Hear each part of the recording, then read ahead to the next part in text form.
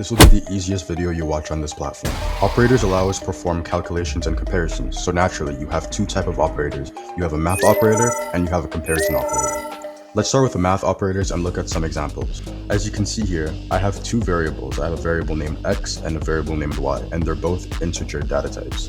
The x variable is set to be 10 and the y variable is set to be 3. We're going to add both of them. We're going to add x plus y, so we're going to add 10 plus 3, and that should give us 13. Now let's compile and run this to make sure. As you can see, we got 13, which was the expected output. Now the rest of these math operators follow the same suit, but I want to talk about these last two.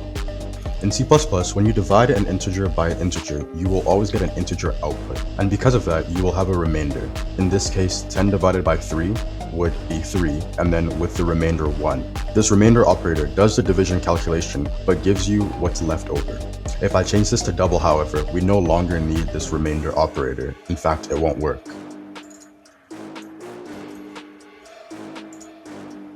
As you can see, it gives me an error here because it just doesn't make any sense. This just doesn't make any sense to the computer. This division statement now gives the remainder, and we can run this to make sure.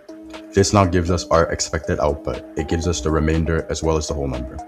Let's move on to comparisons. In C++, when you want to make sure something is equals to something else, this is how you write it.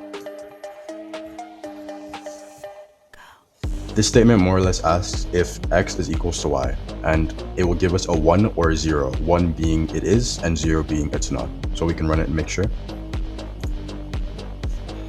As you can see, it gave us a 0, which is pretty obvious that 10 isn't equals to 3. And as you can probably imagine, greater than and less than follow suit. If x is greater than y, which it is, it will give the output 1. If it's not, it will give the output 0.